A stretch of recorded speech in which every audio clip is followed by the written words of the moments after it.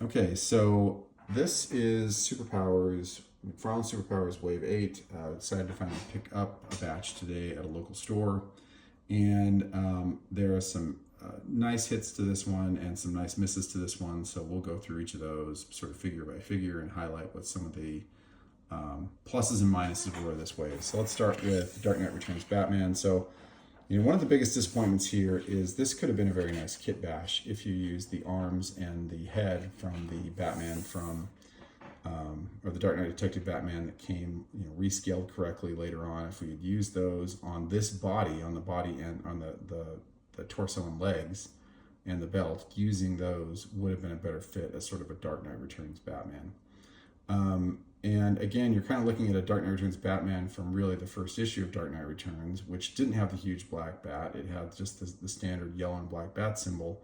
But if you were really trying to make a Dark Knight Returns Batman using the current molds, that's probably the way I would have approached it first, is done an issue 1 Dark Knight Returns Batman, maybe try to include the leg strap as well that he used in issue 2, the ammo strap, where he had to confront Two-Face. You could have done that here, but really trying to get the kit bashing correct on this figure. So, that would have given us a slightly different colored belt. And if we'd really followed the Frank Miller design, it would have been a completely different belt, which had sort of asymmetrical compartments all the way around it. And, we still get sort of the not great capes, but at least their quality has been better in the last few waves than it was seemingly in that first wave or so. So, kind of a cool look overall, but ideally we get a better version of this later on, where maybe we get the black suit Batman with the correct bat and he's proportioned correctly and he has a head with smaller ears. So then we go to Metamorpho, and oh boy, I was really excited to see this figure. I loved some of the early images we got of this figure and was really excited to see there's a lot of unique parts to this one.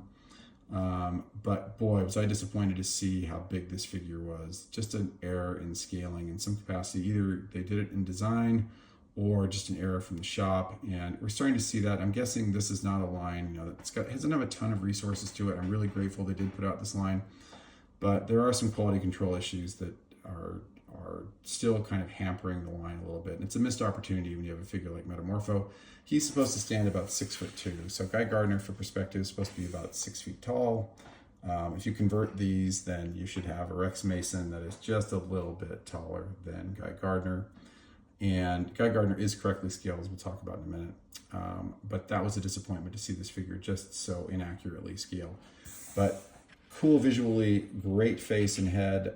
Love the unique elements. You have, kind of a unique torso here. And I'm not sure how they did this print. If this is a one-off piece, if they were able to sort of stamp this within the mold and use it again and again and again as kind of a basic mold that, is clear and free of the scaling aesthetic, the scale aesthetic. I'm not sure they can do that, but loved overall. This is a figure. Just think they got the scaling wrong. Like the unique leg. He does also have his own belt, and I really have enjoyed how McFarlane has done that with this current line. They have made unique belts with a lot of figures, and just hoping they can continue to get the scaling right. So, not really progress there from a scaling perspective, but you're going to see where they've actually made a couple of improvements on that as we go further along. So Guy Gardner, a figure I really would have loved to have seen.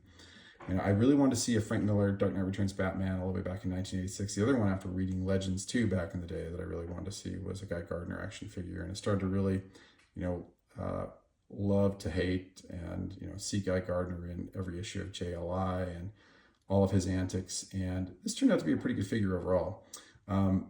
Humorously enough, and yes, I think it's just the fact it looks like Guy Gardner, but it seems like there was a figure, I don't know if some of you saw it, that I had produced by Sean Cowan, who's a great designer, not too long ago. A great Guy Gardner figure. You can go get it on Warsman's website. You can get a 3D print of this sent to you to the States. A great figure. And I thought maybe they took some cues. Looking at the two designs, I don't have it here with me, but I thought maybe they took some cues from that. And it's kind of a nice nod to Sean's awesome sculpting, but they did a pretty good job with the face. You'll see a couple of things. They try to make Guy Gardner with kind of the smug look on his face, kind of like Sean Cowan did with my Guy Gardner.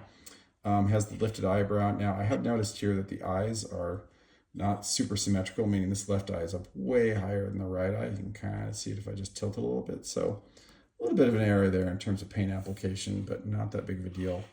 A couple things that we're kind of missing on this figure.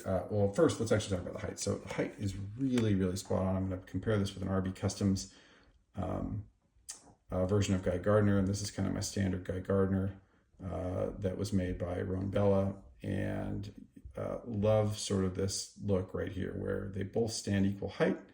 This is very accurately designed to be at the correct height, and where Guy Gardner would be about 6 feet tall. So you can see, using that as a comparison point, that they did a really good job of scaling Guy. One of the things you probably also noticed, if we compare these two side by side, is you're gonna notice the piping, the white piping down the leg. And there's some early shots of Guy Gardner as well in JLA where he had piping inside of the leg as well, and I have that here on mine. They chose not to include the piping, and again, this is a little bit disappointing because we're getting this figure for the first time.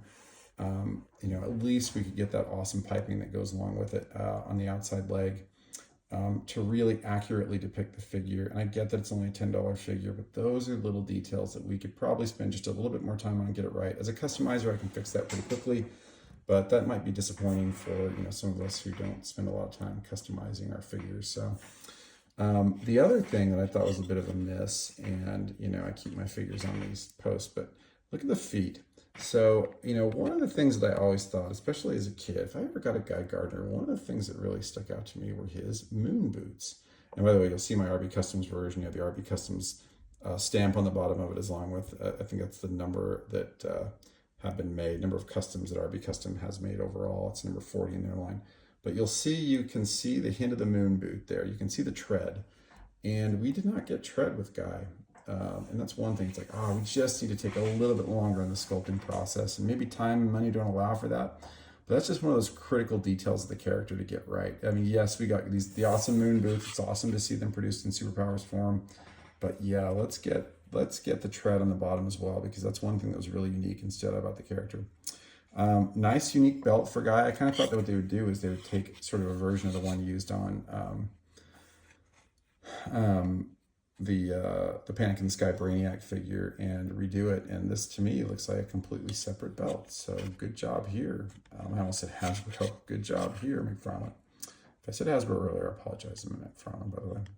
But one of the things that I really want to do is, I've seen there's a version of Guy Gardner that was part of the Red Lantern Corps back in the day, and I know the costume looks slightly different, but I've seen a picture online, it looks like it was part of a DC video game a while back, that has him in this costume in a red version, and I would love to kind of take the same approach here, color him red, and get a Red Lantern insignia logo on the front to cover this. So I might do that with another version of this figure.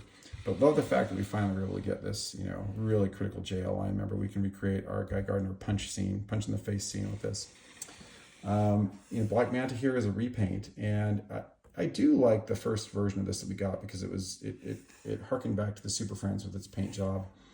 But this is a more modern era looking Black Manta, and you see here we've got the silver helmet painted very, very nicely with the nice silver color metal. We've got the red eyes, again fully black suit, black backpack, and air intake device. So really cool looking figure overall. He doesn't scale perfectly within the line. He's still, some of these suffered from just too tall of shoulders early on, but this one fits in better than most. If you compare him to other figures and compare him to Aquaman, he fits in a lot better than he and the first version of that we got of Black Manta fit in better than most. So, I do think this is pretty good overall.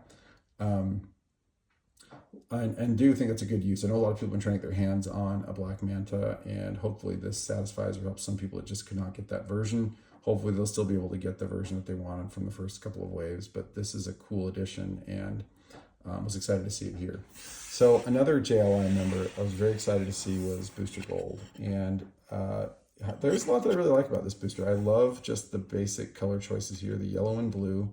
Of course, you have the nice goggles here. The hair has that awesome sort of very cool looking Booster Gold texture. He's got that nice collar.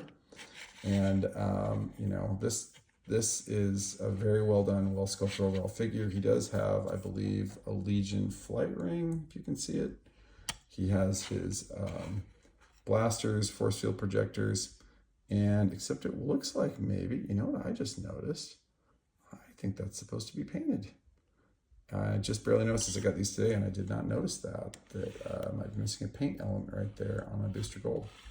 But overall, good figure. I actually could see a couple of good custom options with this as well. And the other thing I really wanted to see was how does he scale? So, you know, Booster Gold is supposed to be about 6'5", and that matches nicely. So this RB Customs Booster Gold is scaled to be 6'5". When you compare him to other heroes. So that is perfect scaling. So this is just really interesting because we did a great job. McFarlane did a great job and deserves credit for scaling accurately both Gardner and Booster Gold in this wave. And yeah, they get kind of a sad deduction for Metamorpho because it had so much promise, but they did a really good job of really trying to get the scale of the figures correct in the last few waves. We were all excited to see him back in Blue Beetle's Bug pictures when that came out. We knew he was coming. It was exciting to get him, and sure enough, payoff is really cool. Outside of the missing blue paint application here on the blaster / force field projector, it's really good overall. And then of course we have the Fleischer Superman and a really great throwback to that figure. You know, there is hint that we might be getting a classic, you know, a redo of the Superman mold. Again, hopefully they're at the point where they're going to retire this mold. At some point we get something that's kind of a new body buck for Superman going forward, maybe a new head sculpt as well. I know they made a lot of improvements on, you know, how they sculpt in recent waves, so we might be seeing this get gradually phased out or used for other, you know, larger figures that are built over time. And you know, he has the cape, again, doesn't have anything going on cape-wise. There's no nest in the back, which I think is true to Fleischer. I can't remember for sure. Oh, by the way, just show you the back of Booster Gold in case I didn't. I don't remember. But I like this overall just as a figure. I think it's a cool design concept, even though I wasn't super excited to get it. So, yeah, that is Wave 8. And, you know, we've already seen some announcements for Wave 9. Excited to see what they do there and hoping they can keep up the quality control. You know, one of the areas, I don't really go through cards a lot or show the card backs. I'm not someone that keeps things in package, and I don't like to go through unboxing on a live stream of any kind or on a video of any kind because I'm just not that effective at it. Trying to pull something out and showcase it is just not what I want to do. But, you know, the card back art, if you're someone that really likes card back art, there have been some interesting quality control issues there. It looks like one, I don't know if they have someone draw it from scratch or if they source it from DC, but the quality of the card art, it's just really poor overall. And the one they used from Metamorpho, a lot of people noticed that he had pants on, for instance, and, you know, just little things like that. And who knows, maybe he appeared with pants on briefly in an issue where they just pulled that art from or had it sitting somewhere, and I get it, that happens. But just try and take a little bit more care to maybe, you know, I mean, look, if we had to pay like, I don't know if people would freak out much, or even if their sales would be affected much if they went to $12.99, got like a singular accessory in here for all these figures. Like, for instance, why doesn't Gardner have his own power battery? I mean, he didn't use one much in the comics at all, but that's something we could have included. Why don't we get a Skeets for Booster Gold? Those are things that would have been cool. And again, Batman still without a batarang, right? Doesn't have an open fist, but also not a batarang. And those are things that could be remedied if, hey, we went up to maybe, you know, $11.99 or $12.99, along with maybe just a little bit better card art. That maybe could fund just a little bit more. So overall, what I want to say is I'm actually very happy that McFarlane has taken steps to improve the quality of the scaling of the line. Yep, Metamorpho is a big miss, and I hope they see and watch this video and can maybe give us some assurance. What I would recommend, so some of you know in my day-to-day life, I actually coach businesses on how to scale up. Here's what I would recommend. If I am McFarlane, I know this is a small line, I wouldn't have Todd, I would just have, you know, any product manager they have come out and say, hey, we hear you on the scaling issues. We know we've had some issues in the past. Sorry, we've goofed. We're going to do our best to remedy those going forward. And here's the steps we're taking to make sure we overcome that. That would be amazing.